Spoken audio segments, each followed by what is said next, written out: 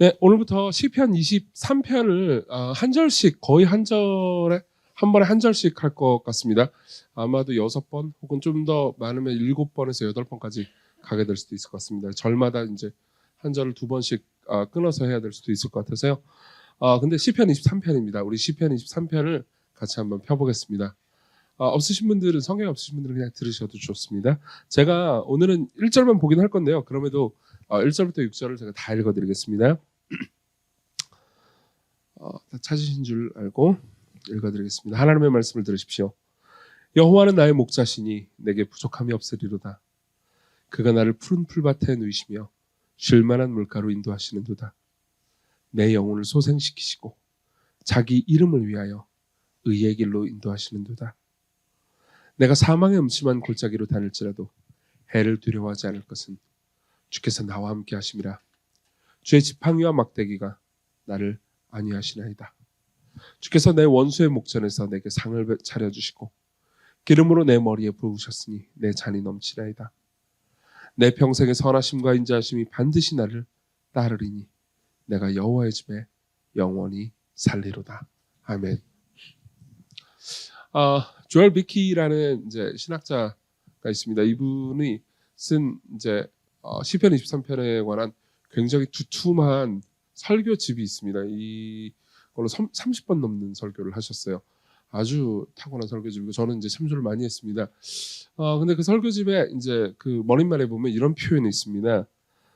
우리는 하나님의 말씀, 특별히 이 시편 23편으로부터 가장 최선의 삶을 사는 방법과 가장 근사하게 고난받는 방법, 가장 안심하고 죽는 방법을 배우게 될 것입니다. 되게 잔인하지 않습니까? 근사하게 고난받는 건 또 뭐야, 그죠? 하지만 저는 이 문장이 너무나 와닿았습니다. 그렇죠? 이게 진짜 제가 그토록 삶을 살면서 원하던 삶이기도 했거든요. 여러분들이 삶에서 고통받을 때가 있잖아요. 근데 그래도 근사하게 고통받고 싶지 않습니까? 아니에요.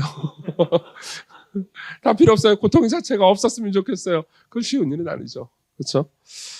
그리고 최선의 삶을 살고 그리고 안심하고 죽는 것.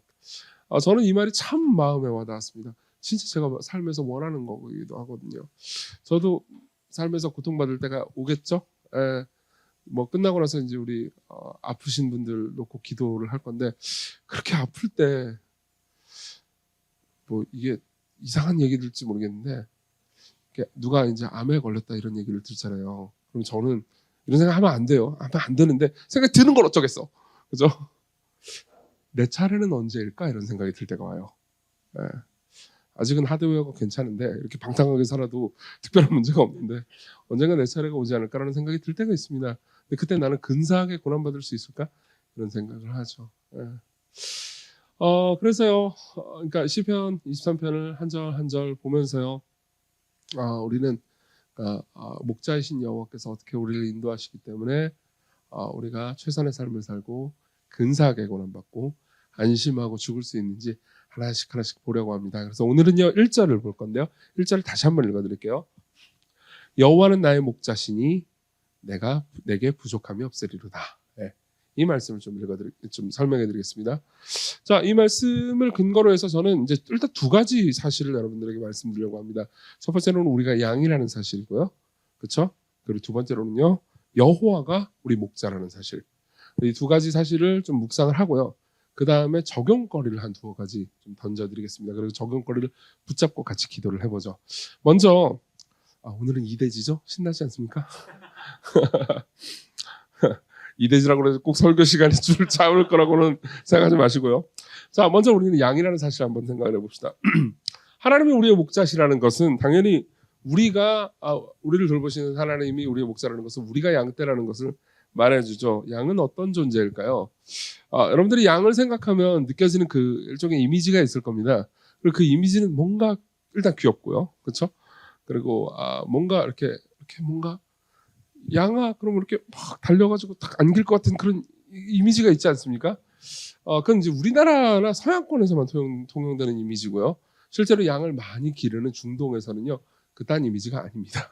절대 그렇지 않아요. 실제로 이사야에 보면 이런 말씀이 있습니다. 53장 6절 우리는 다 양 같아서 그릇 행하여 각기 제 길로 갔거늘 그러니까 여기서 양 같다라는 말이 부정적으로 쓰이나요? 긍정적으로 쓰이나요? 부정적으로 쓰이잖아요. 그렇죠? 실제로 필립 켈러라는 이제 분이 계십니다. 이분이 목동이었어요. 목동이었고 오랜 기간 동안 중동 지방에서 목동으로 삶을 살면서 그러다 보니까 시편 23편이 얼마나 더 와닿았겠어요. 그렇죠? 그래서 이제 자신이 목동으로 그리고 목자로 오랫동안 산 삶을 바탕으로 이제 책을 냈어요. 양과 목자라는 재미있는 책이 있습니다. 거기는 모든 내용들이 다 신학적으로 건전한지는 모르겠습니다. 하지만 공통찰들이 너무 많기 때문에 저는 되게 많이 도움받았어요. 근데 그 중에 이제 양의 특성들을 말해주는 게 있습니다. 세 가지로 양의 특성을 말해주거든요. 첫 번째로는 양 떼는 너무나 약하기 때문에 끝없는 보호가 필요하다는 거죠. 양 떼는 너무 약하기 때문에 끝없는 보호가 필요하다는 겁니다. 일단은 양 중에서는 여러분들 양 생각하면 보통 뿔 생각하잖아요. 근데 뿔이 없는 종류도 많아요. 그리고 뿔이 뭔가 이렇게 둥글고 그래가지고 뭘 딱 공격하기가 힘듭니다. 그리고 보통 뿔 가지고 양은 어떻게 하냐면 자기들끼리 싸우는 때가 많대요. 그러니까 이제 적이 오잖아요. 그럼 겁이 진짜 많답니다. 그래서 도망간다는 거죠. 그리고 힘이 그 근력이 꽤 있대요. 놀랍게도. 근데 몸이 너무 둔해서 그 근력을 잘 사용하지도 못하고 아까도 말했지만은 너무 겁이 많대요. 잠깐만 해가지고 놀라고 도망치고 그러니까는 그 이제 제가 지금 양을 외모 비하하는 건가요? 근데 어쨌든 하여튼 그렇답니다. 그래가지고 목자가 그렇다니까 그렇구나 싶은 거죠. 그러면서 좀 생각을 해봤어요. 생각을 해보니까 헐 이게 스포츠 팀 중에서 양이 없네? 라는 생각이 들었어요. 무슨 말이냐면 여러분들은 땡땡 타이거즈라는 팀을 기억하시죠? 그렇죠? 우리나라에도 많이 있죠. 외국에도 타이거즈 있죠. 타이거즈 어떤다는 거예요? 호랑이처럼 이기겠다 이거잖아요. 그렇죠? 또 뭐 있어요? 불스, 시카고 불스, 황소 들이받고, 그죠? 또 뭐 있어요? 라이언즈, 사자 다 때려 부셔버리겠어. 우리가 이기겠어. 그리즐리스, 그 흰 곰 이만하네. 뭐 그런 거 있잖아요. 너무 나갔나? 하여튼 그렇잖아요. 근데 뭐 예를 들면 뭐뭐 램즈 이런 거 본 적 있으세요? 없잖아요. 생각해보니까 그런 거예요. 양은 그런 호전적인 그런 강한 짐승이 아니에요. 늘 보호가 필요하다는 거죠. 사실은 이거는 이제 다윗이 인간이라는 어떤 존재인가를 생각을 하면서 인간이 그렇게 끝없이 보호가 필요한 연약한 동물이구나, 연약한 존재구나 라는 생각을 한 것 같습니다. 그렇죠. 이 다윗은 어떤 의미에서는 굉장히 강한 사람이라고 볼 수도 있었습니다. 그렇죠? 예. 다윗은 왕이잖아요. 그렇죠? 그리고 전투도 꽤나 잘한 사람이었습니다. 이제 이 사무엘상하의 기록을 보면은 전장에서도 혁혁한 공을 세운 사람이기도 해요. 그럼에도 불구하고 다윗은 권력이 높아지면 높아질수록 힘겨워갔습니다. 굉장히 어려워졌어요. 많은 사람들은 이렇게 생각하기 쉽습니다. 많은 권력을 가진 사람들 있잖아요. 힘을 많이 가진 사람들. 그런 사람들은 용감하고 두려워하지 않기 때문에 힘을 가졌다라고 착각하기 쉽습니다. 근데 심리학자들의 말을 들어보면 꼭 그렇지는 않습니다. 정말 많은 그 이제 CEO나 뭐 기업인들이나 그리고 이제 고위 공무원들을 대상으로 개인적인 상담을 했던 카운셀러의 말을 제가 들은 적이 있습니다. 근데 그 카운셀러의 말은 뜻밖에도 놀라운 거였는데요. 이들은 전부 다 두려워하고 있다라는 거예요. 여러분 그걸 아십니까? 특히 이 자본주의 사회 시스템에서요. 어떤 회사가요. 성장하지 않잖아요. 성장하지 않고 그냥 그대로 있으면 좋잖아요. 그렇죠? 그럼 뭐 위험에 도전할 일도 없고 그렇잖아요. 근데 대체로 이 자본주의 사회 시장 시스템 안에서는 성장하지 않으면 도태돼 버립니다. 그러니까 망하지 않기 위해서 계속해서 성장을 해야 되는 거예요. 밑으로 미끄러지지 않기 위해서 계속해서 올라갈 수밖에 없는 거죠. 그럼 두려움이 더 가중된다는 거예요. 내가 이렇게 위에 있지만은 사실은 누군가가 그러니까 내 자리를 치고 올라오지 않을까? 나는 더 이상 의미 없고 가치 없는 존재가 되지 않을까? 그러면서 너무나 강한 힘을 가지고 있지만은 그럼에도 불구하고 너무나 연약한 존재라는 거죠. 실제로 여기 계신 분들 중에서도 그런 분들이 계실 겁니다. 그러니까 계속해서 죽도록 노력을 하고 열심히 살아가는 삶의 이유가 무엇인가를 생각해 보면 열심히 살지 않으면 내가 도태되고 버림받을 것 같은 공포가 나를 잡고 있기 때문일 수 있죠. 그러면 뭡니까? 그 사람은 강한 사람입니까? 약한 사람입니까? 겉으로 볼 때 강한 사람처럼 보이지만 실제는 대단히 약한 거죠. 필립 켈러가 말하는 또 다른 특징이 있습니다. 또 다른 특징은요. 양은 방향 감각이 없다는 겁니다. 멀리 못 본대요. 멀리 못 보고 그 지독한 근시랍니다. 정말 저랑 비슷하네요. 그래서 방향을 정해서 갈 수가 없고 그리고 방향을 정해서 간다 하더라도 보통은 이제 잘 안 보이니까 잘못된 곳, 예를 들면 절벽이나 웅덩이 같은 곳으로 빠지기가 쉽다는 거죠. 이게 두 번째 특징이에요. 근데 세 번째 특징이 이제 더 그건데, 근데도 불구하고 고집이 세대요. 그러니까 분명히 저쪽으로 가면 절벽이란 말이에요. 가면 안 된다, 목자가 가지 마 할 거 아니에요. 근데 본인이 이제 독고다인 거죠. 딱 정해가지고 갔다 그러면은 누구도 나를 막지 마 이렇게 되는 거죠. 그러니까 방향 감각도 없고 보호 능력도 없는 주제에 목자의 말을 잘 안 들으려고 한다는 거죠. 예. 개들과 목자들이 여러 시간 동안 오랫동안 훈련해가지고 막대기로 힘들게 목양을 해야만 말을 듣는데요. 그래서 옛날에 제가 이 요괴 문화사에 관한 책을 한번 읽었거든요. 욕설의 문화사에 관한 책을 읽은 적이 있어요. 별책 다 읽죠. 되게 재밌었어요, 진짜. 우와, 인간은 이렇게 욕을 하는구나. 근데 대다수의 나라에 공통적으로 있는 욕이 뭔지 아십니까? 예, 최소 3가지라고 그래요. 그 책에서는. 첫 번째로는 신의 이름을 걸고 하는 욕. 그렇죠? 영어 뭐 생각나는 거 있죠? 말 안 할 거예요. 걱정 마세요. 말 안 할 거예요. 뭐 그런 거 생각나는 거 있죠? 너무 순수하셔서 모르시는구나. 끝나고 저한테 물어보세요. 그리고 신의 이름을 걸거나, 그리고 성적인 욕. 그건 진짜 전 문화권에 다 있다는 거예요. 그리고 세 번째가 동물을 걸고 하는 겁니다. 있죠, 우리나라도? 말하지 마세요. 말하지 말고 생각만 하세요. 그럼 이제 우리는 딱 이렇게 무슨 베이비 하면서 그 앞에 있는 저기가 이제 개잖아요? 그렇죠? 근데 그게 정확히 이스라엘 사회에서는 양입니다. 야, 이 양, 야! 그러면 우리나라에서 야, 이 개니마! 하는 거하고 똑같은 타격감을 느낀다는 거죠. 이해되세요? 그만큼 이제 보세요. 정말 꼴보기 싫은 거예요. 양이요. 어떤 의미에서 볼 때 이거는 그러니까 인간의 역사와 같습니다. 우리는 사실은 성경의 가르침에 따르면요, 인간은 하나님께서 인간을 만드셨고요, 하나님께서 창조주이시고 인간의 피조물이기 때문에 인간이 어떻게 기능하고 동작해야 되는지 하나님께서 가장 잘 아십니다. 그러니까 어떻게 살아라라고 명령을 하시는 거죠. 근데도 불구하고 우리는 종종, 그러니까 하나님께서 보세요, 하나님께서 나한테 내가 어려운 일이 있을 때 나에게 도움을 주시거나 위로를 해주시거나 나와 함께 해주시는 것은 원하지만, 내가 어떻게 살아야 할지 구체적으로 가이드라인을 주면서 정해주기를 원치는 않는 경우가 많습니다. 그렇죠? 그리고 그럴 때 우리는 종종, 그러니까 내가 어떻게 살아야 되고 뭘 해야 하며 뭘 하지 말아야 되는지는 내가 결정할 거예요 라고 생각할 때가 많죠. 사실 그런 측면을 보면 정말 우리는 양 같은 겁니다.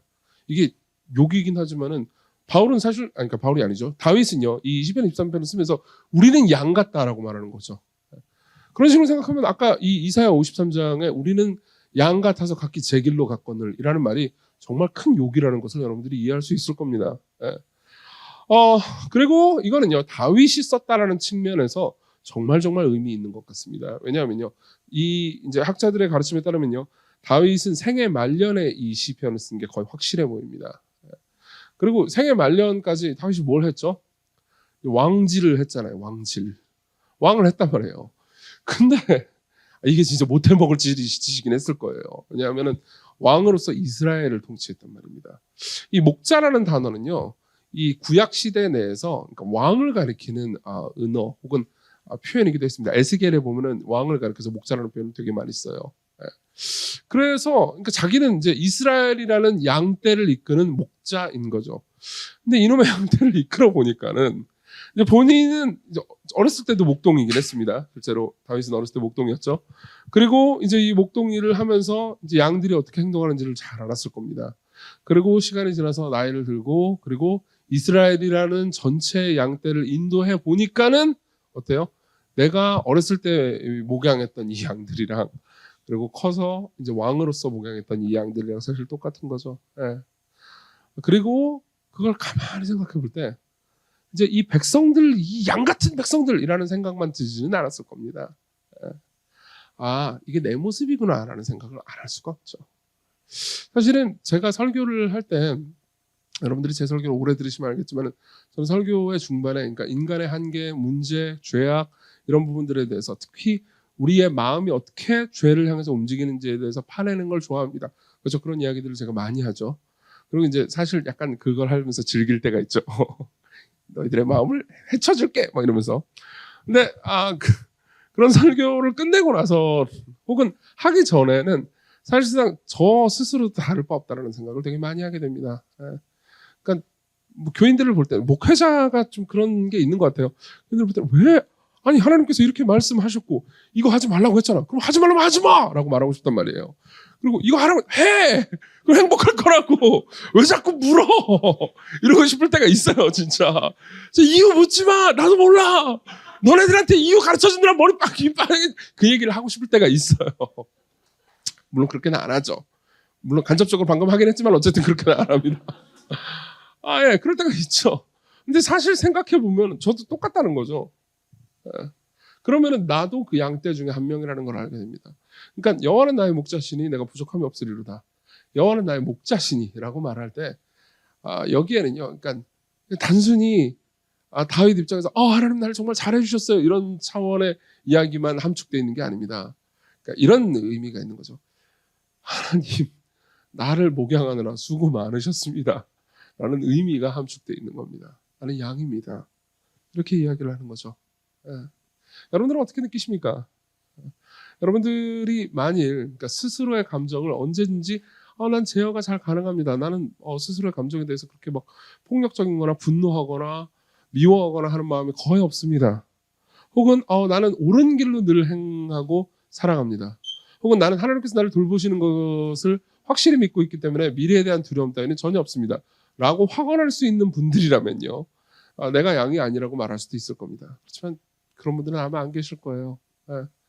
그러면서 여러분들은 양이 맞습니다. 저를 포함해서요. 예. 저는 목자로서 양을 돌보는 양이기도 하고요. 그리고 저의 궁극적인 목자로부터 돌봄을 받아야 되는 양이기도 하죠. 예. 자, 그럼 두 번째로 넘어가겠습니다. 우리의 목자가 여호와라는 사실을 한번 깊이 묵상해 봅시다. 다윗은 이렇게 이야기합니다. 내게 부족함이 없으리로다. 여호와께서 내 목자시니까 나한테는 부족함이 없다. 이렇게 이야기를 합니다. 아까도 말씀드렸듯이 이 시가요, 다윗이 인생 말년에 쓴 시라는 것을 한번 생각해 봅시다. 여러분 혹시 다윗의 인생을 좀 아십니까? 간단하게 이야기하자면요, 다윗의 인생에서 다윗은 삶에서 정말 부족함을 많이 느꼈을 겁니다. 어렸을 때를 한번 생각해 봅시다. 다윗이 어렸을 때는 막내였습니다. 그리고 당시에 이제 자기보다 더 큰 형들, 그리고 전투에 나갈 만한 괜찮은 형들이 많았죠. 그리고 사무엘상 16장하고 17장의 전후 문맥을, 특히 16장의 문맥을 보잖아요. 그러면 다윗은 당시의 그 가족 중에서는 막내이기 때문에 좀 하대받는 상황이었습니다. 그러니까 형들은 전투에 나갔어요. 이스라엘에서 싸웠죠. 그렇지만 막내인 다윗은 뭐 그냥 목동이나 했고요. 그리고 도시락 배달이나 하는 사람이었습니다. 그때 어떤 생각이 들었을까요? 자신도 인정받기를 갈구했겠죠. 아마 다윗은 그때 당시 왜 우리 집 사람들은 나를 인정해주지 않지? 왜 나를 받아주지 않지? 나는 정말 더 많은 인정이 필요해. 하나님 나에게 인정을 주세요. 라고 말했을 수도 있습니다. 그렇죠? 네. 그리고 그 이후에 보면요, 그 이후에 사울에게 쫓겨다녔죠. 네. 사울에게 계속 쫓겨다녔습니다. 나중에 시간이 지나잖아요. 다윗은 이제 자신의 선대 왕인 사울에게 자기가 잘못한 게 아무것도 없는데도 불구하고 계속 죽을 뻔하고 쫓김 당하고 그리고 고통을 당했습니다. 다윗의 전반기 인생 내내 그랬어요. 그럼 그때 뭘 원했을까요? 안정을 원했겠죠. 네. 네. 그리고 안정을 위해서 많이 기도했을 겁니다. 그 기도의 잔재가 시편에 많이 나와 있습니다. 그럼 생각해 보십시오. 다윗이 인정을 구하거나 혹은 안정을 구할 때 하나님께서 즉시 응답해 주셨을까요? 그렇지 않았을 겁니다. 네. 하나님 저를 좀 제발 안전하게 좀 지켜주세요. 사울이 자꾸 나를 죽이려고 하는데 나를 죽이지 않게 해주세요. 아마 이렇게 많이 기도했을 겁니다. 그런 흔적들이 시편에 많이 나와 있어요. 그렇지만 실제로 그 기도를 하고 사울이 죽고 실각하기까지는 시간이 꽤 오래 걸렸습니다. 그리고 그 과정 중에서 다윗은요, 그 순간순간, 그 당시 있잖아요. 그 당시에는 나한테는 부족함이 너무 많어. 하나님께서는 나의 부족함을 채워주시지 않아. 라고 생각할 만한 순간들이 있었겠죠. 예. 그리고 그는 굶었고 굶주렸습니다. 예. 실제로 쫓겨다닐 때 굶주려가지고요, 그 성소에 들어가가지고 제사장만 먹을 수 있는 빵을 먹은 적도 있습니다. 예. 그것은 굉장히 위험한 모험이었기도 했고요. 그리고 하나님께서 그 과정 중에서 자기를 저주하실지도 모른다는 두려움에 사로잡혔을 수도 있습니다. 어쨌든 그만큼이나 굶주렸어요. 게다가 여러분들이 다윗의 일생을 아신다면 다윗이 끔찍한 범죄를 저질렀던 순간도 있었다라는 것을 아실 겁니다. 다윗은 간음을 저질렀습니다. 밧세바라는 사람이 하고요. 그리고 밧세바는 자신의 가장 충직한 부하인 우리아의 아내였습니다. 자, 그 모든 것들을 감안해 볼 때 이것도 한번 생각해 볼 수 있죠. 다윗은 결혼을 여러 번 했습니다. 근데 다윗 인생에서 쭉 보잖아요. 그러면 다윗 인생에서 다윗의 결혼은요, 정략 결혼이 꽤 많았어요. 무슨 말이냐면 사랑이라고 느낄 수 있을 만한 순간은 별로 없었던 거죠. 아니, 결혼을 많이 했으니까 아내가 많았으니까 행복하지 않았을까요? 이렇게 한번 생각을 해보죠. 사람들은요, 너나 할 것 없이 정말 진정 자기 자신을 온통 내어주고, 그리고 그 상대도 자기 자신을 온통 내어줄 헌신의 사랑을 원합니다. 정략 결혼은 여러분들 행복하게 해주지 못해요. 그럼 그 모든 과정 중에서 다윗은 얼마든지 이렇게 생각할 수 있었을 겁니다. 나에게는 진정한 사랑이 없어.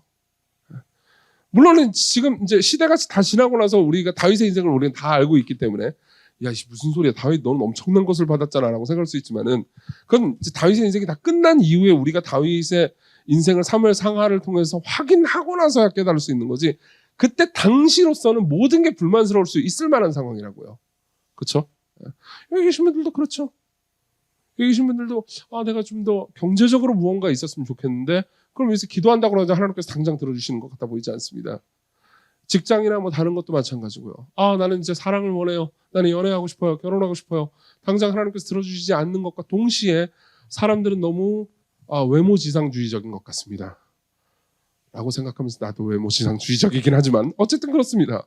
그리고 세상과 하나님이 원망스러울 때가 있습니다. 그러면 우리는 두렵고 그 가운데서 하나님이 왜 나를 채워주시지 않는가라는 생각을 하게 되겠죠.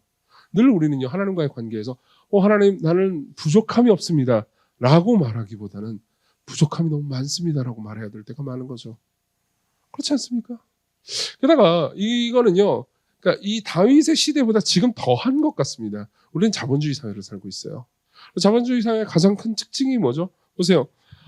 자본주의 사회의 특징은요, 이게 마케팅의 기본이죠. 사람들의 결핍을 만들어냅니다. 나는 결핍이 없는 것처럼 보였어요. 아무 생각 없었습니다. 나는 부족한 게 없다고 생각을 했는데 갑자기 광고를 봅니다. 광고에서 어떤 한 여자가 혹은 어떤 남자가 멋있는 옷, 나풀거리는 옷을 입고 걸어갑니다. 그럼 그때 어떤 생각이 들죠? 나는 저게 없고 저게 있으면 행복해질 것 같은 착각이 듭니다. 그때 나는 뭘 느끼죠? 결핍을 느낍니다. 그렇죠? 네, 결핍을 느껴요. 그러면 그때 나는 굶주리고요. 저게 있어야 내가 채워질 것 같은 생각이 들죠. 그래서 삽니다. 채워지나요? 잠깐요. 잠깐 채워지죠. 그렇지만 또 다른 광고는 또 다른 결핍을 창조해냅니다. 여러분 그걸 알고 계십니까? 우리 교회 사람들은 그걸 잘 모를 수 있지만은 옛날에는 각자 모두가 전화기를 가지고 있지 않았습니다. 네. 옛날에는 여기 앉아 계신 분들 중에서 몇 분만 그 시절을 기억하실 겁니다. 옛날에는 밖에 나왔을 때 누군가와 통화를 하려면 공중전화 부스에서 전화를 했었어야 했습니다. 결핍이 엄청나게 크죠. 저도 그 시절을 기억합니다. 그리고 그때 잘 살았어요. 잘 살았어요. 근데 그러다가 제가 내일 만일 이 핸드폰을 집에다 놓고 하루 종일 핸드폰 없이 살잖아요. 그럼 저는 되게 두려울 것 같아요. 굉장히 결핍을 느낄 것 같습니다. 왜 이런 일이 발생했을까요? 우리가 살고 있는 사회는요, 결핍을 창조해내는 사회이기 때문입니다. 계속해서 나는 결핍을 느끼고 또 느끼고 또 느낍니다. 그리고 또 그걸 채우기 위해서 이것저것을 가지고 더 많은 것들을 누리려고 하고, 그리고 뭔가를 가집니다. 근데 그게 나를 채워주느냐? 잠깐 채워주는 것처럼 보이지만은요, 계속해서 나는 부족하죠. 근데 이런 상황에서 이런 시대를 살고 있는 여러분들이, 그러니까 부족함이 없다라고 말하기는 정말 정말 어려워 보입니다. 맞죠? 여러분 정말 부족함이 많습니다. 근데 이걸 한번 생각해 보세요. 여기 계신 분들 중에서 이런 분들이 있을 거예요. 나는 정말 직장을 원해. 어떤 좋은 직장을 원해. 이 좋은 직장이 없으면 난 힘들 것 같아. 그리고 이 좋은 직장을 하나님께서 안 주셔가지고 나는 정말 결핍이 크게 느껴져. 라고 생각하는 분들이 계신다고 합시다. 그러면 그걸 통해서 결국 그 좋은 직장 갔다고 합시다. 그 좋은 직장을 여러분들이 얻은 걸 통해서 결국 원하는 게 뭐죠? 어쨌든 안정 혹은 인정이겠죠. 사회적인. 그죠? 그러고 나서 안정과 인정을 얻어가지고 그 좋은 직장으로 들어가면 그 안정과 인정이 바로 오나요? 물론 백수 때보다 낫겠다는 생각은 들죠. 그렇지만 또 다른 고통이 시작됩니다. 그리고 그 안에서도 안정과 인정이 위협받는 것 같은 느낌이 듭니다. 예. 이건 뭐 수많은 것들에 다 걸려있을 겁니다. 결혼을 하면은 내가 좀 더 안정받거나 인정받거나 사랑받을 수 있다고 느끼겠죠. 그리고 실제로 그 안에 들어가잖아요. 그럼 또 그 안에서 안정과 인정과 사랑을 위한 퀘스트가 또 시작됩니다. 예. 연애를 하고 결혼을 하면은 저 사람이 진짜 나를 사랑하는지 나를 안 사랑하는지 의심이 들 때가 한두 번이 아니고 그때마다 확인을 받고 싶어 하는데 저 사람은 늘 시원하게 확인해 주지 않습니다. 그럼 확인을 해준 것 같은데 마지못해 확인을 해준 것 같은 느낌이 듭니다. 그럼 나는 그 안에서요. 안정과 인정과 사랑을 찾기 위한 퀘스트를 계속해서 시작하는 거죠. 삶은 모험이고 나는 MMORPG에 던져졌고 그리고 이것은 끝나지가 않아요. 네. 근데요. 보세요. 이 시편 23편의 내용을 보잖아요. 그럼 시편 23편의 내용에는 좋은 직업을 주겠다 혹은 뭐 좋은 전자기기를 주겠다 이런 말은 전혀 없습니다. 여기서 약속하는 게 뭘까요? 여기서 약속하는 건요. 전부 다 이거예요. 음식, 물, 평안, 길을 잃었을 때의 구조, 두려움으로부터의 자유, 은혜 안에 둘러싸여 있음에 대한 감각, 그리고 여호와의 집에서 영원히 사랑받고 영원히 안식하고 영원히 기뻐할 것에 대한 약속들입니다. 그렇죠? 여러분 보세요. 여러분들이 지금 뭘 원하든 그걸 통해서 얻고 싶은 것은 이 시편 23편에서 약속하고 있는 것들이에요. 내가 지금 받아들여지고 있다는 확신. 여러분들이 지금 구하고 있는 그러니까 하위의 것들 있잖아요. 그러니까 돈이든 직업이든 뭐든 간에 없어서 결핍했고 없기 때문에 나는 지금 불행하다고 느끼는 그 모든 것들은요. 그 모든 것을 얻어서 더 성취하고 싶은 그 뒤의 목적이 분명히 있단 말이에요. 그건 뭐죠? 내가 영원히 받아들여지고 있는 것, 그리고 안식하고 있다는 것, 내가 굶지 않아도 좋다는 것, 그리고 누군가 나와 함께하고 있다는 사실, 내가 버림받지 않았다는 사실, 내가 의미 있고 가치 있는 존재고 인정받는다는 사실. 사실 그 모든 것들을 위해서 여러분들은 계속해서 가지고 또 가지려고 하는 겁니다. 왜 초등학생은 핸드폰을 계속해서 가지려고 할까요? 내 친구들이 가졌으니까요. 그 핸드폰 자체가 어떤 위대한 능력과 도파민을 팡팡 선물해 주기 때문이 아니에요. 물론 그것도 주지만 궁극적으로 내가 버림받고 싶지 않기 때문입니다. 그리고 성경은 이렇게 얘기해 주는 거죠. 하나님께서 네가 지금 당장 원하는 걸 주실지 안 주실지에 대해서 여기서 약속해 주는 건 아니지만 네가 정말 궁극적으로 필요한 것은 다 줄 수 있단다 라고 얘기해 주는 거죠. 그럼 뭐예요? 우리는 부족함이 없게 되는 겁니다. 다윗이 생애 말년에 이 시를 썼다는 것을 기억해 보십시오. 생애 말년을 되돌아보니까 그죠? 각 단계에서 내가 어렸을 때 그죠? 어렸을 때 막 그 집안에서 막내라고 그래가지고 무시당하고 그럴 때는 내가 의미 있는 존재처럼 되고 싶었고 그리고 그걸 위해서 하나님께 기도했는데 하나님께서 나를 안 들어주시는 것처럼 보였지만 생애 말년에서 와보니까 난 뭐가 돼 있었어요? 왕이었어요. 그렇죠? 그럼 하나님께서 그 기도를 들어주신 건가요? 들어주셨죠. 들어주신 방법은 뭐죠? 나를 왕으로 높이셔서 아니요 그것도 아니었어요. 왕이 돼서 다윗이 얼마나 개고생을 했는데요. 왕이 되고 나서도 자기 아들한테 쫓김당한 적도 있습니다. 심지어 아들이 나중에 자기를 배신하거든요. 왕도 그가 원했던 인정과 안정을 가져다 주지 못했어요. 근데 삶을 살다 보니까 그 각 순간마다 나와 함께 하시고 나를 버리시지 않으시고 그리고 나에게 안정과 인정을 주신 분은 하나님밖에 없다는 것을 알게 된 거죠. 그렇죠? 사울에게 쫓김당한 그때는 진짜 안전해지고 싶었습니다.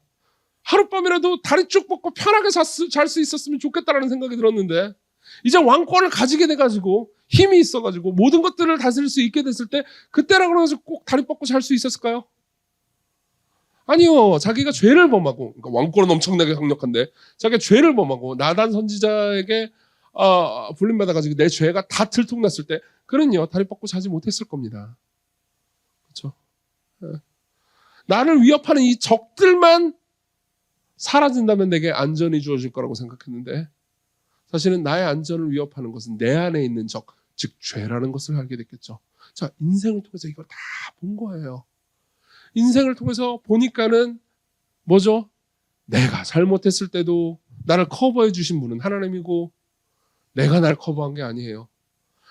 내가 아무것도 없을 때도 나를 안전하게 지켜주신 분은 하나님이고 내 물맷돌 실력이 나를 안전하게 만들어준 게 아니에요.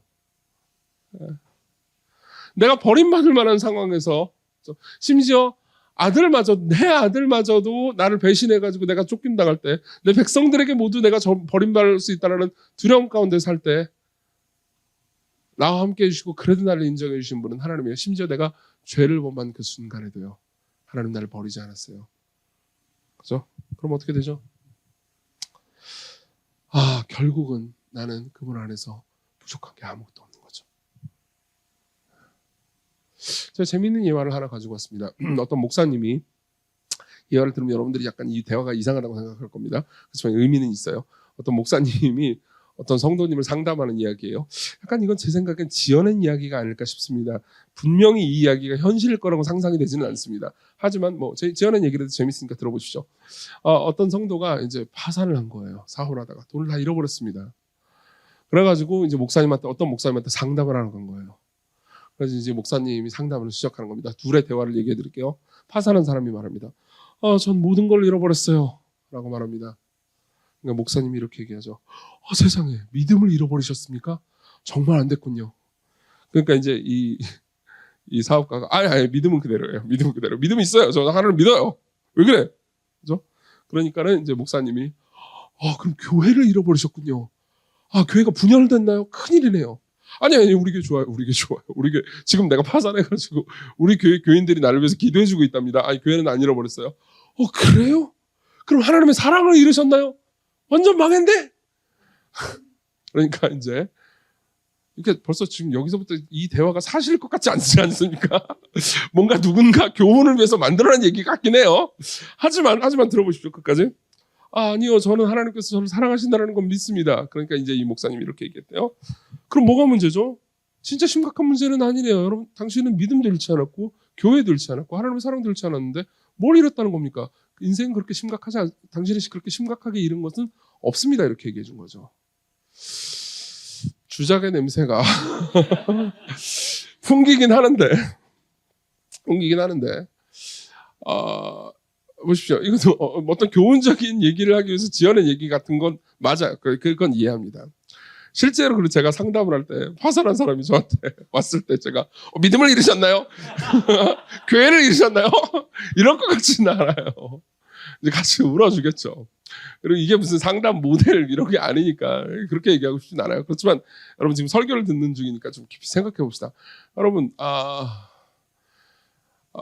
여러분들에게는 인생에서 가장 소중하지만 그리고 여러분들의 공로로 평생 절대 얻을 수 없는 것이지만 여러분들이 은혜로 아무 값 없이 얻게 된 것들이 있습니다. 예를 들면 교회나 믿음이나 그리고 무엇보다 하나님의 사랑이죠. 그리고 그걸 잃지 않았다면요. 결국 여러분들이 사업을 실패해가지고 뭔가를 잃었다 하더라도 그 과정을 통과해서 하나님께서 여러분들에게 주시는 복을 다시 얻을 거예요. 다윗의 일생을 생각해보면 그걸 얻은 과정을 기억할 겁니다. 복된 노년의 좋은 점이 바로 이거예요. 우리 교회는 젊은이들이 너무 많기 때문에 아마 늙음을 두려워하는 분들이 계실 겁니다. 그렇지만 여러분들이 신앙 안에서 성숙한 성품을 가지고 늙잖아요. 그럼 여러분들은요, 살면서 두려워할 것도, 잃을 것도, 괴로울 것도, 여러분들을 고통스럽게 만들 것도 없습니다. 그저 여러분들 안에 있는 신앙과 그리고 여러분들이 죽고 나서 자유로워져서 그리스도의 품 안에서 쉴 거에 대한 희망, 그것이 여러분들의 노년을 지배하기 때문에 여러분들은 가장 행복한 사람으로 늙을 수 있어요. 늙고 싶지 않나요? 그렇게 근사하게 늙고 싶지 않으십니까?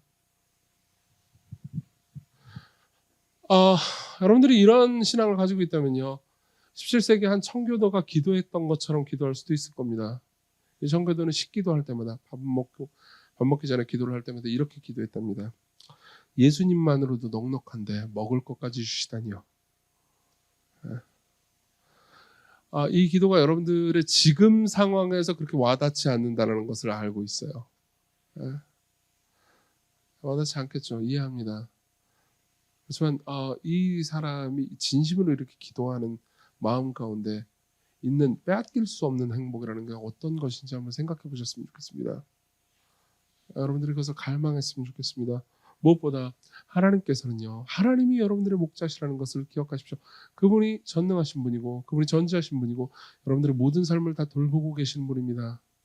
그리고 그분의 돌봄 안에서요. 우리가 지금 당장 보이는 상황 있잖아요. 그것은요. 우리가 보이는 상황 같은 상황이 아닐 수 있습니다. 다시 한번 말씀드릴게요.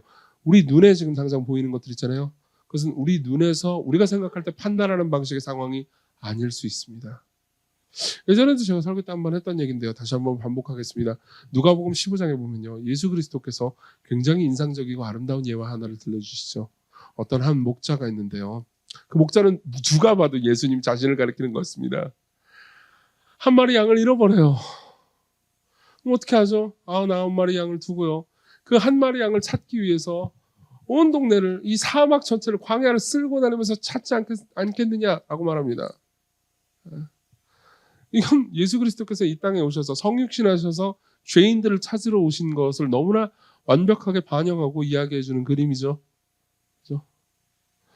그리고 찾은즉 양을 어깨에 메고 기뻐하면서 하늘에 있는 천사들과 모든 사람들이 기뻐할 거라고 이야기를 해주는 아름다운 본문이 있습니다. 누가복음 15장에 나중에 그 본문을 찾아보십시오. 네. 그리고 필립 켈러는요. 아까 제가 얘기했던 그 목동이었는데 시편 23편 주석을 쓴 분이요. 이분은 이 말씀이 정말 깊이 은혜를 받았대요. 그렇죠. 굉장히 아름다운 그림이잖아요. 그리고 본인이 목동 초기 시절에 양을 하나를 잃어버렸대요. 그래서 양을 찾으러 나갔답니다. 그러니까 이 사람이 그리스도인인데 자기가 양을 찾으러 가요. 그럼 무슨 생각이 나겠어요? 누가복음 15장 생각이 너무 날 거 아니에요. 그러면서 이제 머릿속으로 아름다운 상상을 한 거죠.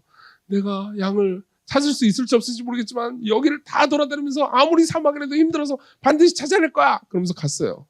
양을 마침내 찾아내면 양은 나를 보고 너무 기뻐서 나한테 달려오고 나는 끌어안고 이 양과 함께 행복하게 돌아가겠지를 상상하면서 갔습니다. 그리고 드디어 양을 찾아냈어요.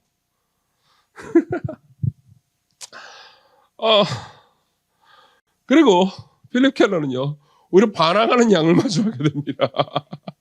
어디에 걸렸어요. 어디에 걸려가지고 이제 상처를 받은 거예요. 상처받으니까 아프니까 예민하잖아요. 그래가지고 막 뜨거운 가슴에 그래 내가 꺼내줄게. 꺼내줬는데 얘는 막 반항하고 도망치려고 하는 거예요. 아프기도 하고요. 뭐 어떻게 해야 되죠? 얘를 안전하게 집으로 데리고 오려면, 얘를 정말 사랑해 주려면 어떻게 해야 됩니까? 양에게 폭력을 행사해야 합니다. 그렇죠? 어떤 폭력이죠? 양은요, 다리를 묶으면 됩니다. 다리를 묶으면 된대요. 여러분 생각해보세요. 다리를 묶는 거는요, 폭력입니다. 맞죠? 예. 양이 무슨 생각을 했을까? 양이 말을 하진 않았겠죠? 그렇지만 양은 이렇게 말했을 거예요. 속으로. 이렇게 말했을 겁니다. 나는 폭력을 당하고 있어. 그죠? 양은 절대 자기 자신이 안전하다고 느끼지 않을 겁니다. 지금도 위험했지만 이 목동놈이 와가지고 나를 더 고통스럽게 한다고 생각했겠죠. 양이 안전하다고 느끼지 않을 바로 그때 양은 가장 안전한 상태입니다. 맞죠? 양이 사랑받고 있다고 느낄까요? 온 다리가 다 묶였는데 으짜 그러면서 어깨에 짊어지고 막 발버둥 치고 그럴 거 아니에요. 그러면 가만히 있어! 퍽퍽 때린단 말이에요. 왜? 가만히 있어야 안전하게 올 수 있으니까. 그죠? 양은 자신이 사랑받고 있다고 느끼지 않지만 양이 사랑받고 있다고 느끼지 않을 바로 그때 양은 가장 사랑받고 있어요. 여러분, 이게 지금 상황에서 여러분들의 인생을 해석하는 방법입니다. 그분이 여러분들의 목자십니다. 하나님이, 그리고 하나님께서 여러분들을 위해서 희생하신 예수 그리스도가요, 여러분들의 목자예요. 그리고 그분이 하시는 일은요, 늘 여러분들이 생각할 때 하나님 내게 안전을 주세요, 내게 사랑을 주세요라고 말할 때 내가 느끼는 사랑받는 방식, 내가 사랑을 느끼는 방식으로 사랑을 주시는 게 아니에요. 내가 안전을 느끼는 방식으로 늘 내게 안전을 주시는 게 아닙니다. 내가 정말 위험하다고 생각하는 방식으로 나를 안전하게 인도해 주시고 내가 버림받았다고 느끼는 방식으로 나를 사랑해 주십니다. 네. 그게 인도 안 받는 방식이에요. 제자들 한번 상상해 보죠. 겟세마네 동산으로 갑니다. 겟세마네 동산에서는 예수님께서 울고 계십니다. 자신의 목자가 울고 있어요. 그럼 너무너무 슬퍼합니다. 제자들은 졸립니다. 나를 위해서 기도해달라고 말씀하십니다. 근데 왜 기도해달라고 말할지 모르겠습니다. 근데 난 졸려요. 찼습니다. 그리고 예수님을 끌려갑니다. 어떤 생각이 들었을까요? 제자들은요, 위험하다고 느꼈습니다. 그렇죠? 이토록 위험한 일은 없어요. 위정자들에게 끌려갔고요. 만일 저 예수라는 분과 내가 따랐던 3년 동안 따랐던 예수님과 내가 한 패라는 것을 저 위정자들이 알게 되면 나를 죽여버릴 수도 있습니다. 얼마나 무서웠을까요? 제자들은 다 도망갔습니다. 제자들이 어떤 생각이 했겠죠? 난 너무 위험해. 베드로도 어떤 생각을 했을까요? 난 너무 위험해. 그렇지만 예수님을 사랑하기 때문에 쫓아갔습니다. 그렇죠? 그래서 예수님한테 무슨 일이 일어나는지 보죠. 근데 누가 물어봅니다. 그렇게 막 위정자가 물어본 것도 아니에요. 그냥 어떤 종이 물어봅니다. 너씨 예수하고 한 패지. 그러니까 뭐라고 말하죠? 기억나십니까? 나는 예수라는 작자를 알지도 못해. 그때 어떤 생각이 들었을까요? 난 위험해. 난 죽을 수도 있어. 그렇죠? 예수 그리스도께서 십자가로 가실 때 제자들은 뭐라고 느꼈을까요? 예수님이 폭력을 당하시기 때문에 결국 내가 폭력을 당할 거라고 생각했을 겁니다. 예수님이 위험해졌기 때문에 나도 위험해졌을 거라고 생각했을 겁니다. 그러나 보십시오. 그때 그리스도께서 위험해지셨기 때문에 제자들은 궁극적으로 하나님의 진노를 피해서 영원히 안전해질 수 있었죠. 그때 예수께서 폭력을 당하셨기 때문에 제자들은요, 지옥의 폭력에서 해방될 수 있었습니다. 제자들은요, 자신이 가장 위험하다고 느낄 때 가장 안전했고요, 자신이 가장 버림받았다고 느낄 때 가장 사랑받고 있었습니다. 그렇죠? 그분이 여러분들의 목자십니다. 그리고 그분의 인도 방식은요, 여러분들이 생각하는 방식의 인도 방식은 아닐 수 있습니다.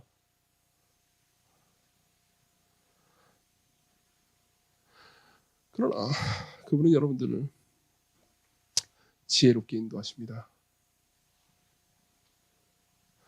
양은 어리석기 때문에 지혜로운 목자가 필요하고요. 양은 자신이 언제 안전해질 수 있는지 모르기 때문에 양의 진정한 안전을 아는 목자가 필요합니다. 그분이 여호와예요. 여러분들이 첫 번째 이야기, 즉 내가 양이구나라는 것을 정말로 인정한다면요, 하나님이 때로 여러분들을 위험으로 이끄신다 하더라도 절망하지 마십시오. 하나님이 때로 여러분들을 버려두시는 것 같은 느낌이 들게 하는 곳으로 이끈다 하더라도요, 여러분 낙심하지 마십시오. 그분이 여러분들의 삶을 가장 잘 아십니다. 이걸 믿으세요. 적용을 하겠습니다. 두 가지 적용을 하고 끝내죠. 첫 번째 적용입니다. 짐을 좀 내려놓는 겁니다. 짐을 좀 내려놓는 겁니다. 이게 무슨 말인지 볼게요. 예를 한번 들어보죠. 저는 이제 믿기지 않겠지만 산책하는 걸 좋아합니다. 진짜예요.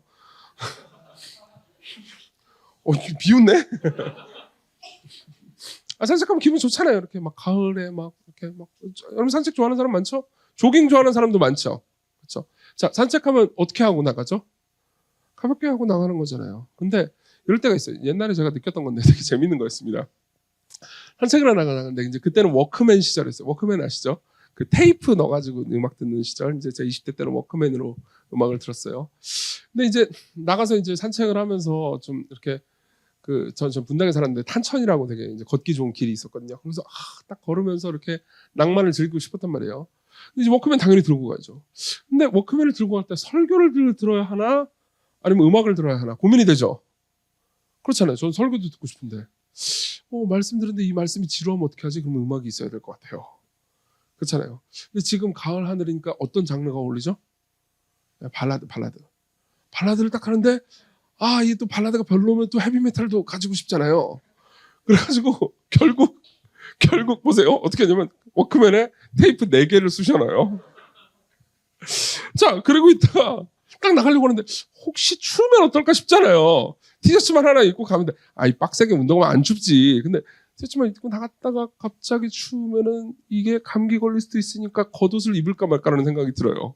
근데 겉옷을 입고 나가는 게 그래도 더 현명하지 않을까? 감기 걸리는 것보다 낫잖아. 그러면서 이제 겉옷을 입습니다. 자, 그러고 나서 핸드폰을 들고 가 말어. 그렇죠?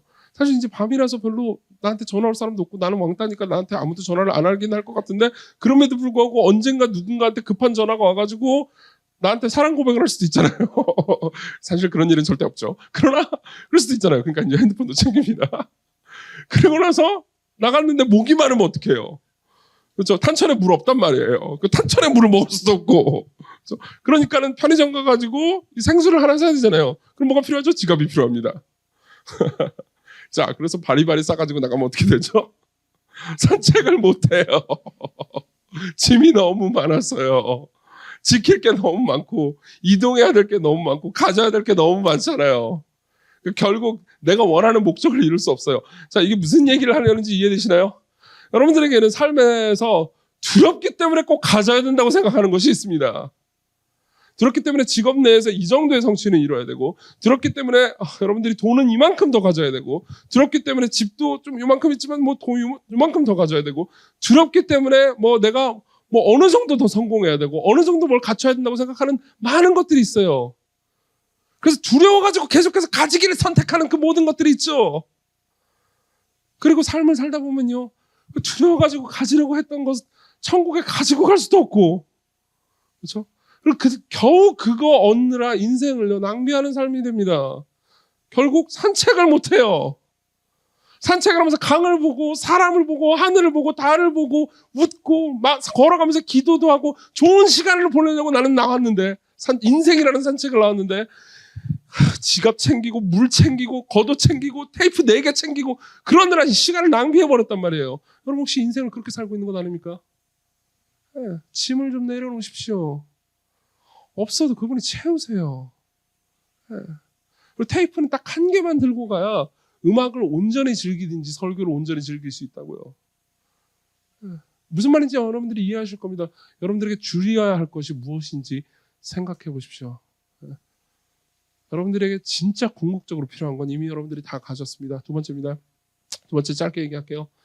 양으로서요, 목자를 따르십시오. 네, 목자를 따르십시오. 그분이 정말로 여러분들의 인생을 아신다는 것을 받아들입시다. 네. 우리가 언제 제일 안전한지, 언제 제일 사랑받고 있는지 우리가 모르다는 것을 인정합시다. 네. 제가 시편 23편에 대한 어떤 설교집을 읽는데요, 인상적인 예화 하나를 읽었습니다. 그걸 읽어드릴게요. 그리고 끝내죠. 이쪽 풀밭에서 길 건너 저쪽으로 풀밭으로 양떼를 건너가게 하기 위해서 목동은 피리를 불며 양을 인도해 가고 있었습니다.